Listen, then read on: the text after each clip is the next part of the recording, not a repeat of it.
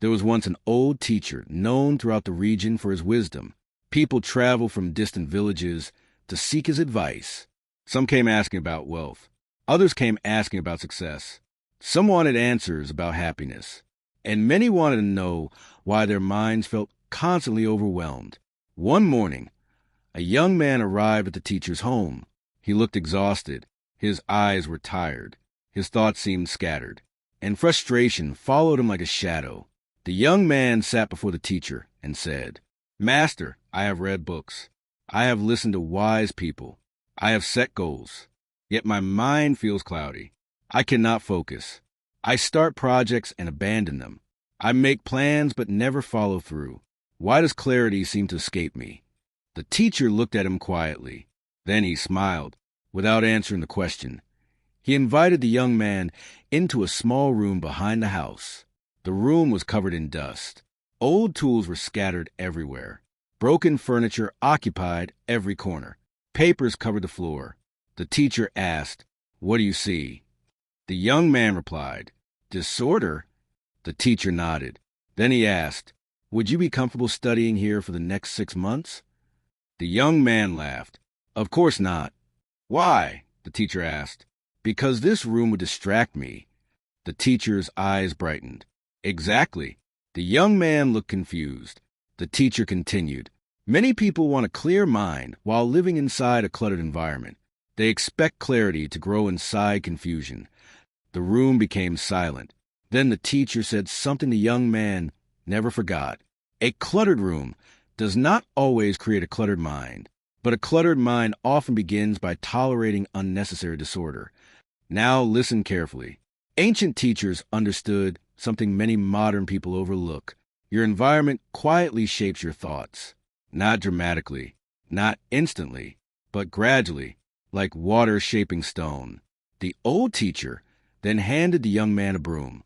For the next several hours, they cleaned the room together. They removed broken objects, swept away dust, organized tools, opened the windows, and something strange happened. As the room became cleaner, the young man felt lighter. His thoughts seemed calmer. His breathing slowed. His attention improved. When the work was finished, the teacher finally spoke. The state of your surroundings becomes a conversation with your mind. That lesson spread throughout the village because people began noticing something. When their environments improved, their thinking often improved too.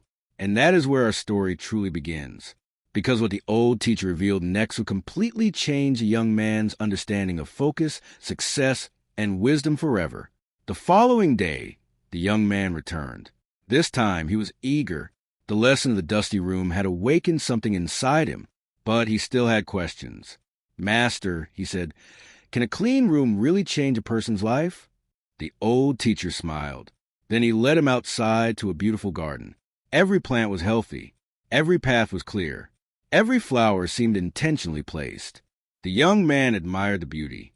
Then the teacher asked, "What would happen if nobody cared for this garden for 1 year?"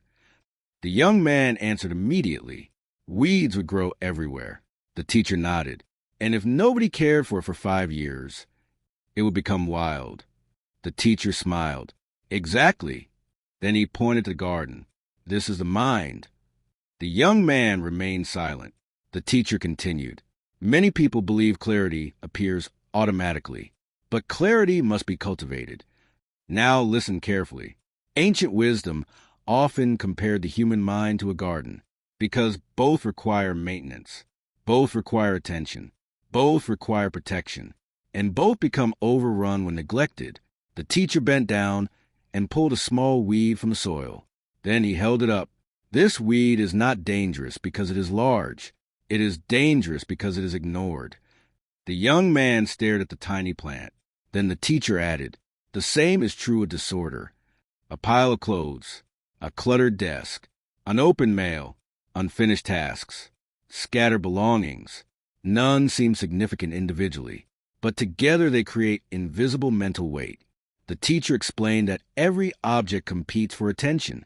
Every unfinished responsibility quietly occupies space inside the mind. Every unnecessary distraction drains a small amount of energy. Over time, these small drains become enormous. Then the teacher shared a story. There were two merchants. Both were intelligent. Both worked hard. But one maintained order while the other tolerated chaos. Years later, the first merchant made decisions calmly. The second constantly felt overwhelmed. The difference was not intelligence. It was mental bandwidth. One protected it. The other spent it carelessly. Now think carefully. How many decisions do people make every day? What to wear, where to place things, what to find, what to organize, what to remember. A disordered environment forces the brain to process unnecessary information constantly. Ancient teachers understood this long before modern psychology existed. That is why wise men often simplified their surroundings, not because simplicity looked impressive, but because simplicity protected attention. And according to the old teacher, attention is one of the most valuable forms of wealth a human being can possess. In the next lesson, the young man would discover why many successful people throughout history secretly shared one habit that most people completely overlook. Several days passed. The young man continued thinking about the teacher's lessons, the dusty room, the garden, the invisible weight of disorder. But one question still troubled him. If clean spaces were so important, why did so many intelligent people still live in chaos? So he returned to the old teacher once again. This time, the teacher was sitting beneath a large tree, reading an old scroll. The young man bowed respectfully and asked, "Master, if order is so powerful, why do most people ignore it?" The teacher closed the scroll. Then he pointed toward the village below. "Because people underestimate small things." The young man looked confused. The teacher continued, "Most people believe success is built through dramatic actions.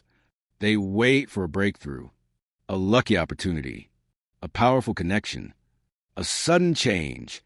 But wise men understand something different." The teacher leaned forward. "Great lives are usually built through small disciplines repeated consistently." Then he told a story. There was once a wealthy merchant who became famous throughout the region. People admired his success. His businesses flourished. His decisions were respected, and many assumed he possessed some secret knowledge. One day, a young apprentice asked him, "What is the secret of your success?" The merchant smiled and invited him to his home. The apprentice expected treasure rooms, rare books, powerful business strategies. Instead, he found something surprising. Everything was organized. Every tool had a place. Every document was filed. Every room was clean. Every task was recorded. Nothing was left to chance. The apprentice looked disappointed. "Is that all?" The merchant laughed. "No." Then he said something unforgettable. "The way a person manages small things reveals how they will manage large things." Now listen carefully. Ancient teachers often observed that disorder rarely stays confined to one area. A cluttered desk becomes a cluttered schedule. A cluttered schedule becomes a cluttered mind. A cluttered mind creates cluttered decisions. And cluttered decisions create difficult lives. The old teacher explained that order is not really about cleanliness. It is about intentionality. Knowing what deserves your attention. Knowing what is not. Knowing what to keep. Knowing what to remove. Now imagine an archer preparing for an important competition. Would he scatter his arrows across the field? Would he leave his bow buried beneath random objects? Of course not, because preparation creates performance. And according to ancient wisdom, clean environments are often a reflection of prepared minds. Then the teacher spoke one of the most powerful lessons a young man had ever heard. Chaos consumes energy. Order creates energy. The young man felt those words deeply, because he suddenly realized how much energy he had been wasting every day, searching for things, avoiding responsibilities, living among unfinished tasks, allowing disorder to quietly drain his focus. The teacher nodded. You cannot always control the world around you, but you can control the space immediately around you, and that is often where transformation begins. But the greatest lesson was still coming, because the old teacher had not yet revealed the hidden connection between clean spaces, wealth, wisdom, and destiny itself. One evening, as the sun disappeared behind the hills, the young man visited the teacher for the final time. Months had passed since their first conversation. Much had changed. His room was organized. His routines were structured. His mind felt calmer. His focus had improved. And for the first time in years, he felt in control of his life. The old teacher noticed the difference immediately. "You see it now, don't you?" he asked. The young man nodded. "Yes, but I still feel there is one lesson left." The teacher smiled. "There is." Then he picked up a small mirror resting beside him. The mirror was clean and polished. He held it toward the young man. "What do you see?" "My reflection," the young man replied. The teacher then covered the mirror with dust. "Now what do you see?" "Almost nothing." The teacher nodded. Then he said, "The human mind works the same way." The young man remained silent. The teacher continued, "When the mind is covered by clutter, distractions, unfinished tasks, unnecessary possessions, and constant noise, it becomes difficult to see clearly, difficult to think clearly, difficult to decide wisely." The teacher placed the mirror down. Most people believe their greatest problem is lack of opportunity, but often their greatest problem is lack of clarity. Now listen carefully. Ancient teachers understood something profound. A clear mind notices opportunities that distracted minds miss. A focused mind makes decisions that overwhelmed minds avoid. A disciplined mind creates wealth where chaotic minds create confusion. That is why many wise men treated order as a sacred discipline, not because cleanliness itself was magical, but because clarity is powerful. Then the teacher shared one final analogy. There are two lakes. One is constantly disturbed by storms. The other is calm and still. Which lake reflects the moon most clearly? "The calm lake," the young man answered. "Exactly." The teacher smiled. "Wisdom arrives the same way. Not in constant noise. Not in endless distraction. Not in environments filled with chaos. Wisdom often arrives in stillness, clarity, order, space. Now think carefully. How many important decisions shape a life? Choosing relationships, building a career, managing money, protecting health, pursuing purpose. Every one of these decisions depends upon clarity, and clarity requires room to breathe. The old teacher then stood and prepared to leave, but before walking away, he spoke one final truth. People spend years searching for life-changing secrets. They search for hidden knowledge. They chase complicated answers. But often transformation begins with something much simpler. Create order, protect your attention, clear your environment, and watch what happens to your thinking. The young man never forgot those words. Years later, he became a respected teacher himself. And whenever students came seeking wisdom, success, wealth, or peace, he always began with the same lesson. The state of your surroundings may not determine your destiny, but it quietly influences the quality of every decision that creates it.